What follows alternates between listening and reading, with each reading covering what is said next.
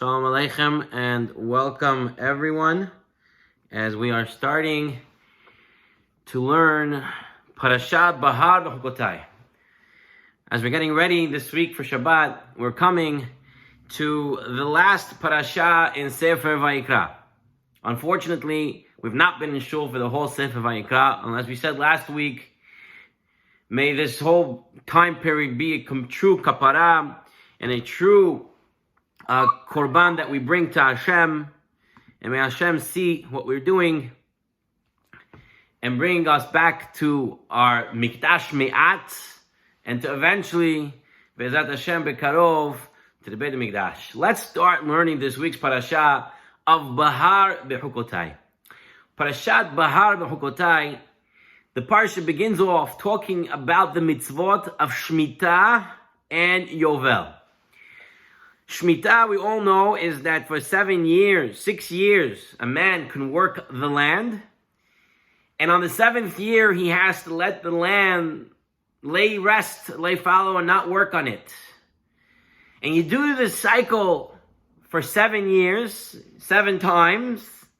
And on the 50th year, you have the Yovel.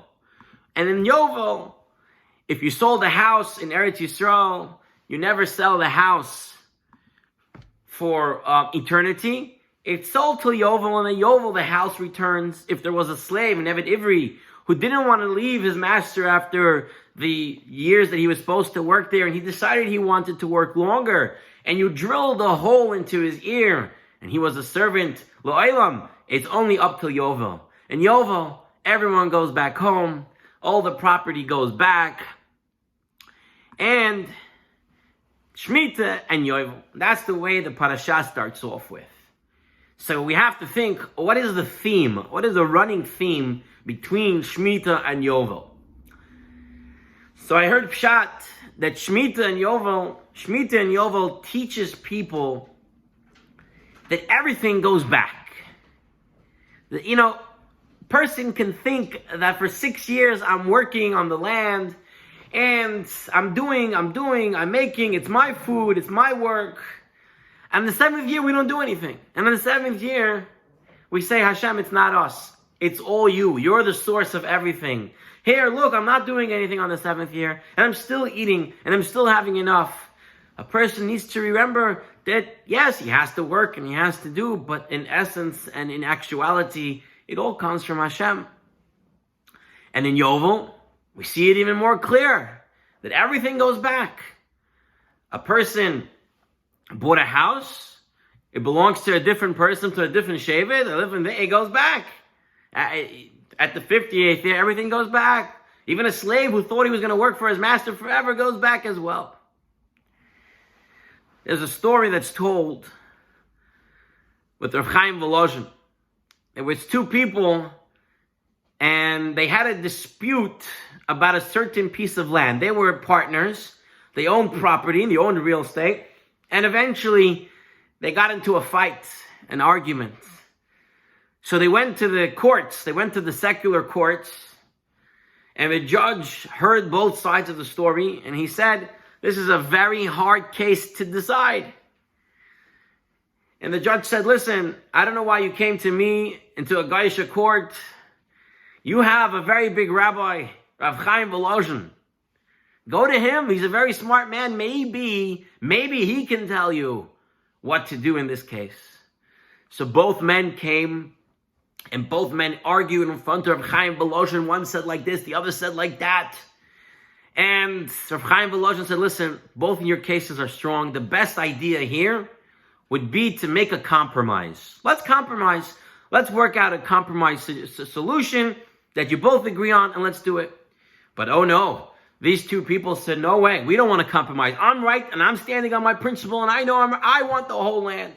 And the other one said the same thing. So Chaim Volozhin said, you know what? Chaim Volozhin said, I need to see this real estate. I need to see this land. I need to see where this is. They said, Rabbi, why you have to see it? What? The Shulchan Aruch doesn't say you have to look at land to make a decision. Look in your books. Don't look at the land. Chaim Volozhin said, no, I need to see the property. So they all got onto a vehicle, a wagon, whatever it was, and they drove down to the property. Chaim Volozhin is walking around on this piece of real estate. He's walking around, and then he stops and puts his ear to the ground. He puts his ear to the ground. And the two other Jews that are there, they're not understanding what he's doing. They're like, what happened to this rabbi? Did he lose a screw? Did he lose a marble? And Reb Chaim Volozhin has his ear to the ground. He gets back up and he says, I have the solution. I said, Rabbi, are you okay? He says, yeah, I'm fine. Listen, I asked you who it belongs to, and I asked you who it belongs to. Both of you say it belongs to you. There's no agreement, no compromise. So I said, let me come to the ground. Let me come to the land. And let me ask the land who it belongs to. So they said, Rabbi, yeah, and what did the land say? The land speaks, right? The land speaks. What did the land say? And Reb Chaim Volozhin said, you know what the ground told me? The ground told me it doesn't belong to you, and it doesn't belong to you, but you too belong to the ground. Because after 120 years old, you're both going to go into the ground. And that's what Reb Chaim Volozhin told the two people that were arguing about whose piece of real estate it was. Well, they got the message, and they made a compromise. Because the truth is, we're called Adam because we come from Adamah. We come from the ground, and we're going to go back to the ground. A person has to remember where he's from. A person has to know, why are you arguing so much? Compromise, enjoy life, be well. A person goes back to its source. Shemitah, Yovel teach us that a person goes back. And sometimes it's very important for us to remember that. You know, as we get older, we get stuck in our ways. And if we did something wrong, we've been doing it wrong for a long time. We know it's wrong, but we've been doing it. And doing it when we think it's okay. We really know we shouldn't do it. Really, la halacha, it's not the best thing to do. We shouldn't really do it that way. But we get used to doing it. A person has to know that that's not an excuse. That I'm doing it. I've done it. I already did it a long time. You can return back to your source. If a body that's made Adam goes back to the Adama, then the neshama that's in a person can also return and come closer and do tshuva. Tshuva means to return, to come back to HaKadosh Baruch Hu. Rav Gamliel Rabinowitz Shlita tells over a beautiful story. It's a mashal, a parable. There was once a group of small fish. They were swimming in the bottom of the ocean. And one of the small fish said, you know, guys, I heard that if you go up to the top of the water, it's beautiful there. You can see buildings, you can see the sun, you can see airplanes, you can see boats. It's a beautiful sight. The other small fish said, but we've always been told that it's dangerous up there. One of the small fish said, ridiculous. It's nothing scary out there. You know, if you're special enough, people will come and people will spread a net. They'll put a fishing net in the water. And if you're special enough, you'll have a chance to go in that net. There was a big fish swimming around in that area and heard these small fishes talking. So the big fish said to the small fish, nonsense what you're talking about. It's dangerous up there. And that net is not a special net. It's a dangerous net. Don't go there. The small fish said, listen, old fish, big fish, you don't know what you're talking about. You have no idea. Because I was there, I saw that the fish that jumped into the net, when they were getting picked up by the people, they were dancing. They were dancing in the net. It was that exciting. It was so amazing. They really enjoyed it. Please don't tell us that it's no good. And all the small fish said, wow, really? Let's go. And the big fish said, stop it. You're going to kill yourselves. They said, no way. We got to go. It's beautiful there. It's amazing. It's nice there. So all the small fishes ran to the top, and guess what? They saw beautiful sights. They saw sun, they saw buildings, they saw people, they saw boats. And then all of a sudden, the net came down. They're like, wow, we're zocher, we're special. The humans like us. They're putting a net for us.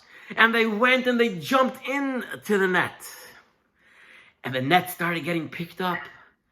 And the people and the fish said, wow, we're so special, we're getting picked up. And they're dancing, they're swimming in it. And all of a sudden they come out of the water. They come out of the water, and now they can't breathe. So they start to jump faster and faster. As you ever seen a fish out of water, how they jump. And now they realized that what they saw before, the fishes dancing in the net, was no fishes dancing in a net. They were fishes dancing to their death. But they thought it was exciting. They thought it was fun. And what they realized in the end, that it was their demise. Rabotai, the Yetzer Hara acts the same way. Yetzer Hara comes and tells us it's fun in the clubs, in the joints, in the streets, on social media. It's fun in all these places. Let's go. Let's go and enjoy. And meanwhile, it takes a person further and further away. And he thinks he's dancing. He's in the club. He's dancing. Yeah, he is. He's dancing, but he's dancing to his death. Chas v'shalom. It's important that if people remember this, that we take this and understand that even if we've gone that far, even if we're in the net of the Yetzer Hara, if you swim back down, right? If you remember from Nemo, they swam back down. What do you mean swim back down? You're swimming to the source. Back to the source. The fish come from the inside, the deep of the sea, the depth of the sea. If you swim back to where you're from, you get a chance to return to HaKadosh Baruch Hu. Rabotai, I want to tell you a story that happened with the great Baal Tanya. The Baal Tanya, he was going to collect funds, collect money for freeing the prisoners, freeing Jewish prisoners who got stuck in prisons due to not paying back loans that they didn't have money to. And the Baal Tanya was going and collecting money, and he came to a certain town, and they told him, listen, there's a list of rich people. Go visit these rich people. They're going to give you good money. And one of the names on the list was crossed out. So the Baal Tanya said, what about this name that's crossed out? They said, don't go to him. Don't go to that person. Why not?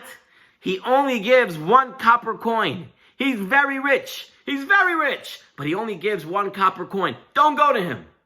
The Baal Tanya said, I'm going to him first. Hasidim told him, Baal Tanya, what are you doing? Why are you going to go? Waste your time. We have a lot of money to collect. So Baal Tanya said, listen, you come with me and don't ask any questions. The Baal Tanya went to this rich but miserly fellow, and he knocked on the door. This man invited him in. He said, what are you collecting for? He said, I'm collecting to free Jewish prisoners. He said, that's a big mitzvah, very big mitzvah. Let me help you with this mitzvah. He goes into his pocket and he takes out 1 copper coin, a penny, and he gives it to the Baal Tanya. Baal Tanya takes it. He takes the 1 coin and he says, thank you. Hashem should bless you. You're amazing. You're great. Thank you so much for the mitzvah. Thank you so much for the tzedakah. And the Baal Tanya walks out. The Baal Tanya is walking down the steps from this man's house. This man runs out of the door and says, wait, Rabbi. How much you need total? The Baal Tanya says, we need 5,000 rubles. He says, listen, 5,000 rubles, Rabbi, is a lot. I'm a rich man, but 5,000 rubles is a lot. I'm going to give you 1,000 rubles. He goes back in, he takes a bag, he comes out with the bag, he gives it to the Baal Tanya. The Baal Tanya says to him, Hashem should bless you. You did such a great mitzvah. The same way he gave him a bracha before, he gave him a bracha again. And he just kept blessing him and benching him and giving him all the berachot. And the man went back inside his house. The Baal Tanya took a few more steps. And all of a sudden, this man runs back out of the door. Says, wait, Rabbi, wait. He says, what? What is it?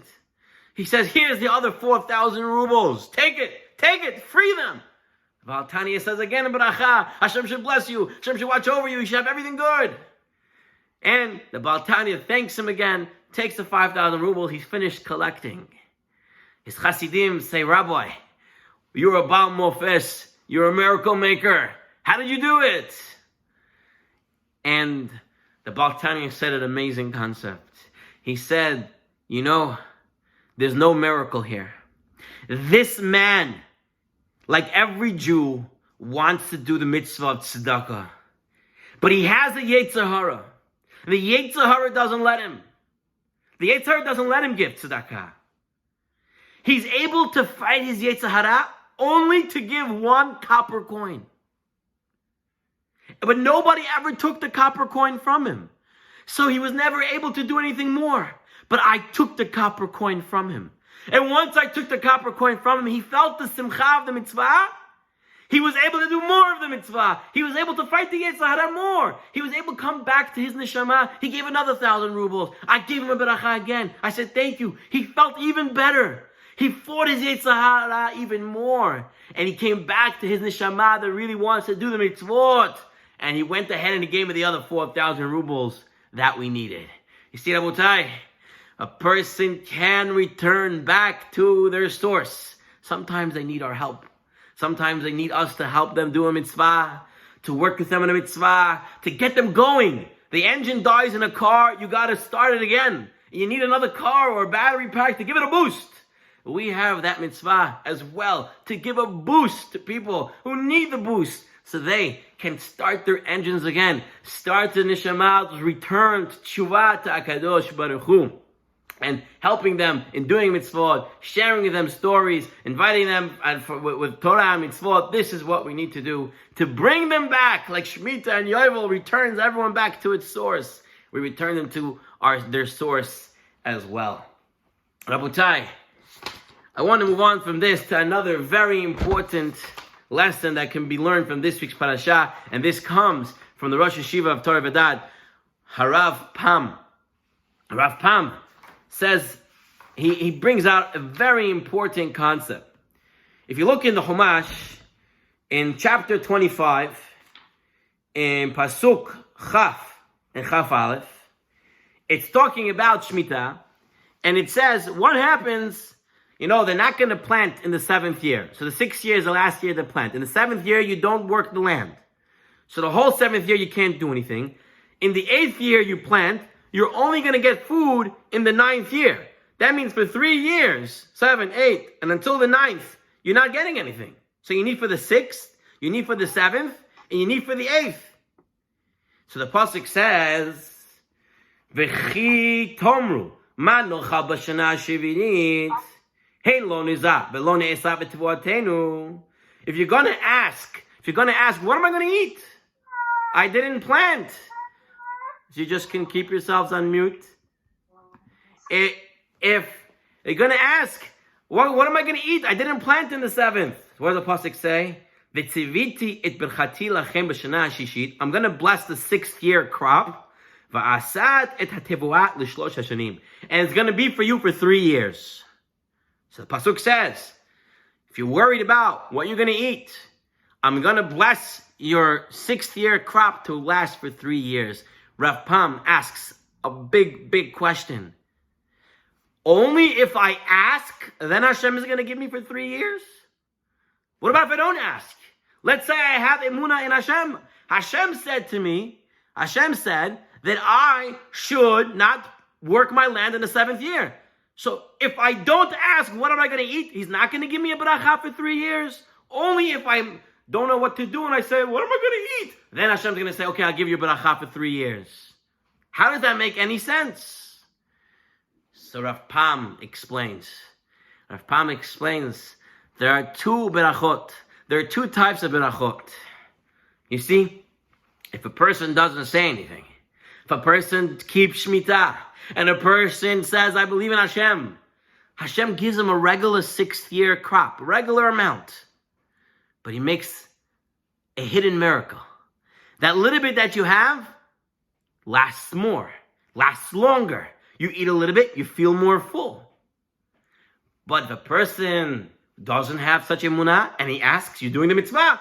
So Hashem says, I'll give you 3 years worth. But what does that mean now? You have to do 3 years more job. Because now you do all the you have to plant, you have to make sure everything is good, you got to cut it down, you got to process it, you got to do everything for 3 years worth, which is a lot of food. So a person can either believe in HaKadosh Baruch Hu and say he'll take care of me and Hashem will make a little bit, last a lot. Or you can ask and Hashem says, I'll give you, but now you're going to have to work more. How many people remember their situations in life when they were working and they didn't make so much money, but somehow Kadosh Baruch Hu helped that little money, you were able to get food for everyone, you were able to pay the rent, you were able to do everything. And then you got a better job, all right? We got a better job, working on more stuff, and all of a sudden now the money's shorter. I don't know where to put it. It's not enough. How is it not enough? When you had less, it was enough, and now when you have more, it's not enough. Because Hashem can make miracles in many ways. You can be looking and doing and thinking, and Hashem can give you a little bit, and it lasts a lot longer. And this is the berachah that we want from HaKadosh Baruch Hu. We don't want to work extra and more. Hashem will work a little bit, we'll do a little. You give us, and whatever you give us will last us and help us always. When we start Parashat Behar-Bechukotai, Behar-Bechukotai, the last two parashot in Sefer Vayikra, Behar-Bechukotai is famous because, first of all, Behar-Bechukotai has the tochecha, the rebuke to the Jewish people, Chas Shalom. They don't keep the Torah. If we don't keep the Torah, we get punished. Now, why do we read it before Shavuot? Shavuot is a Rosh Hashanah, and what we want to do is we want to read it before the Rosh Hashanah of Shavuot on Perot. This way, the Kilalot are for this year, and Be'ezrat Hashem, the new year would be the beracha, right? Like we say in Rosh Hashanah, Tichlei Shana v'Kiloteya, Tahel Shana u'Birchateya, that we should end the year in its curses, and Be'ezrat Hashem start the new year with its blessings. And the parasha starts off, Im Bechukotai Telechu, if you follow Hashem's ways, and you keep Hashem's mitzvahs, V'natati gishmechem be'itam, I'll give you rain at your time, and I'll give you food and fruit, and I'll give you everything you need. I'll give you plenty of food, and you'll live peacefully in your land. All the Rishonim, almost all the Rishonim ask a question. All Mefarshim ask a question. The Rambam, we're going to deal with the Rambam's understanding of this pasuk. The Rambam asks, as many as Rishonim ask, this pasuk makes no sense. We are taught that when you do a mitzvah, the reward, the schar of the mitzvah is not in this world. It's in the olam haba, it's in the next world. And you cannot even compare, you can't compare the reward that will be for us in the next world to anything that's in this world. So how could the pasuk tell us, if you keep the Torah and you do the mitzvot, I'll give you rain, I'll give you food, I'll give you peace. Those are all physical world, olam hazeh, blessings and rewards. And we know mitzvot are rewards in the next world. So how do you understand this? There are many ways to understand this. The Rambam Maimonides explains as follows. He says, the berachot in this parasha is not about the reward in the next world. That you'll have. But you know what? When HaKadosh Baruch Hu sees that a person is doing mitzvot, he says, let me help you to be able to do more mitzvot. What do you need in order to do more mitzvot? You need money? No problem. Here you go, because I know you're going to use it for mitzvot. You need children? Here you go. You need to find a shidduch. You need peace. You need food. You got it. Because it's the vehicle that will help you to achieve more mitzvot, which you're going to get the schar in olam haba. So by doing mitzvot, you get help in this world to do more mitzvot. And then you also get schar in olam haba. The Dubno Maggid explains with the mashal. The Dubno Maggid teaches us, there was once a rich man. He was traveling with a wagon, and he had a lot of expensive silk, cloth, material in his wagon. And as he was traveling through a small town, his wagon broke. And so he couldn't fix it. He had to find someone else to help him take it to get to where he needs to get in time. So he goes into the small town and he asks around, and they tell him that there is someone who can take his stuff. So he talks to that person, he pays him, he gives him money, and he brings this man with him, and the man brings his big wagon, and they start to take off all the merchandise. And this man from the small town, he's throwing the silk into the back. The rich man is seeing this. He's like, he wants to tell him to stop, but he's paying him, he's hiring him, he's helping him, so he doesn't say anything.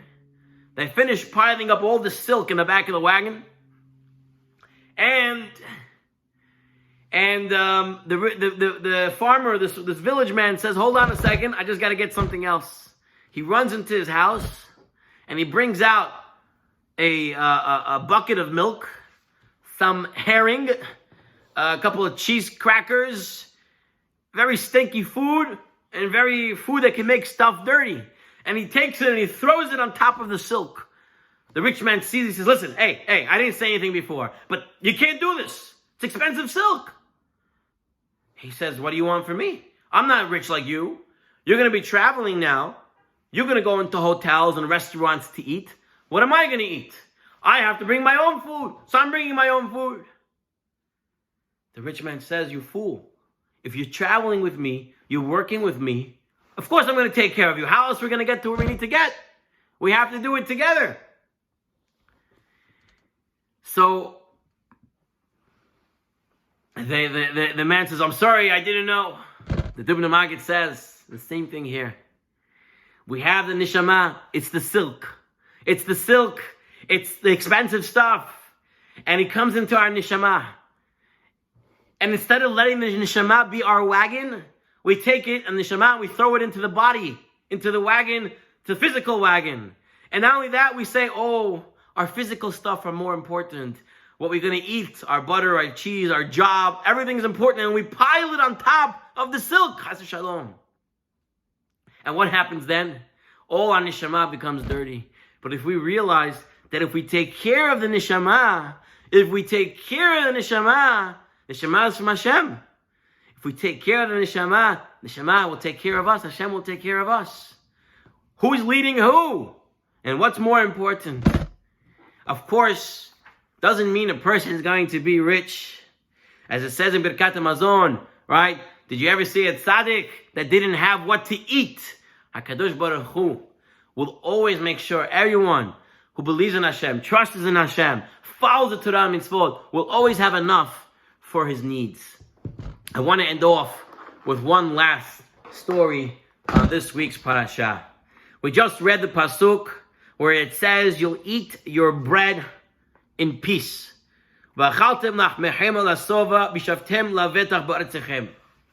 in Behar-Bechukotai. If you go back into Parashat Behar, there's also such a pasuk that tells us in pasuk 19 in chapter 25, "V'natata aretz priya ve'achaltem lasova," and you'll eat it a full v'shavtem lavetach aleya. You'll be full and you'll be peaceful. Two psukim in two parshiot. 2 verses in 2 separate parashiot that says pretty much the same thing. That when you're going to eat, you're going to be in peace. Why does it have to say eating and peace? What's the connection? So they say over a story I saw from Rabbi Mordechai Kamenetsky Shlita. He says the story. He says that there once was a man, his name was Chaim. He was a vagabond, which is basically a person who goes from town to town, and he pretends to be someone who he's not. So this man, Chaim, would go from town to town, and every Erev Shabbat, he would take a nice haircut, dress in fancy clothing, and go to the shul, and get invited to the richest man's house for Shabbat, because he looks like a businessman, so who doesn't want to have him over? And every city he would do this in. Once he was in a certain city, and he went around asking people, who's the most richest man? So they told him, Beryl is the most richest man. He says, does he invite people to his house for Shabbat? He says, yes, he does. But it's no point. There's no point to go there. He says, why not? He says, because he doesn't let you eat. He gives you food, and as you're about to eat, he starts asking you questions, and as you start answering him, the waiter comes and takes away the plate. He says, okay, no problem. He goes to the shul, and after the prayers, the rich man, Beryl, comes over and says, come, you look like a businessman, come to me. He sits him down, makes kiddush, challah, and exactly like people told, as soon as he started to eat, the host, Beryl, says, so where you come from? Warsaw? You come from Warsaw? You know, I have a cousin Shloimi there. You know him? And as he's picking up his fish, he says, yeah, he's dead. He says, what? My cousin's dead? When did this happen? He's dead. He says, one second. What about my old friend Pinchas? Pinchas is there? He says, Pinchas, he's eating. Pinchas is dead too. He's dead too? He runs outside to his brother's house and says, you can't believe it. This guy's dead. That guy's dead. He comes back into his house. They're serving the next course. And he says, listen, what about my good friend? He lives on a certain street. Says the name of the street. What about him? You know him? He says, yeah, I know him. He's dead too, and he's eating. He says, I don't understand. Everybody's dead? He says, I don't know if you got the point by now, but when I'm eating, everybody's dead for me. Why? Because there's no point to eat if you can't eat. You want to eat peacefully. You can have fancy cake, but Hashem Shalom, missiles are falling, and you're worried when you have stress. Even if you have beautiful cake or food, shashlik, manti, whatever it is, poshe plov, whatever you have, if you're not comfortable and have a nuhat nefesh, that fancy food, that gourmet dish is not helpful. It's not satiating when you have distress and problems. And that's why it says you'll eat v'shavtim laveta, and you should be sitting peacefully, because the most important bracha that we can have is the bracha of shalom, the bracha of peace, the bracha of not being stressed, the bracha of being always b'simcha, menuhat hanefesh, and be'ezrat Hashem. HaKadosh Baruch Hu should bless us all. And we should all learn the lessons from this week's parasha that we went through, the lesson of returning to our source, to remembering that where we're going to go, like the Pirkei Avot says, we're going to go back to the ground. But we're also remembering that we can return back to Hashem with our neshama. Remembering as well that we can help people return back to their source. Just give them a boost. Give them a spiritual energy boost. Remember that if you trust in Hashem, will take care of you in a better way than if you ask questions. Remember that the neshama is the main thing. Follow the neshama, and it will lead you in the right place, and Hashem will give you berachot so you can be able to follow the spiritual life. And B'ezrat Hashem, with all those berachot, with all those lessons, we should see the coming of Mashiach. Amen. We should be able to go back to our shuls, back to Beit Midrashot, and go back to Eretz Yisrael. Rabotai, I just want to make an announcement. I want to say, first of all, thank you to Shir.com for helping to advertise, Or Natan as well, Rav Natan Kaziev, and others who help make this process. That everyone should come. I also want to just make one last announcement, is that I have started to put my shiurim, my old shiurim, my new shiurim on YouTube. Rabbi Moshe Shimonov, if you just Google Rabbi Moshe Shimonov, you'll find it. It's also will start to be put on shiur.com, which is Shmuel is here, and he can tell us that it's a website that has many shiurim on it in many different languages. People should check it out. And B'ezrat Hashem, we should see only happy days. We should all have menuhat nefesh. Thank you, everyone, for joining. Shabbat Shalom Mekulam. Shabbat Shalom El Natan. Thank you. Shabbat Shalom Papa for coming. Eliel Katanov. Thank you Milopsar. Thank you iPhone. Thank you Professor Joseph Shimonov. Thank you Shmuel for coming. Thank you LG. Thank you again another iPhone. Rivka's iPhone. Thank you Yafa. Thank you Tzipora. Thank you Malka. Thank you Zalman. Thank you Avram Yitzchaki. Mr. Yakubov. Thank you Zalman. Thank you Daniel. Yair Kaziev. Thank you Gabriel. Thank you everyone. And Shabbat Shalom and Kulam.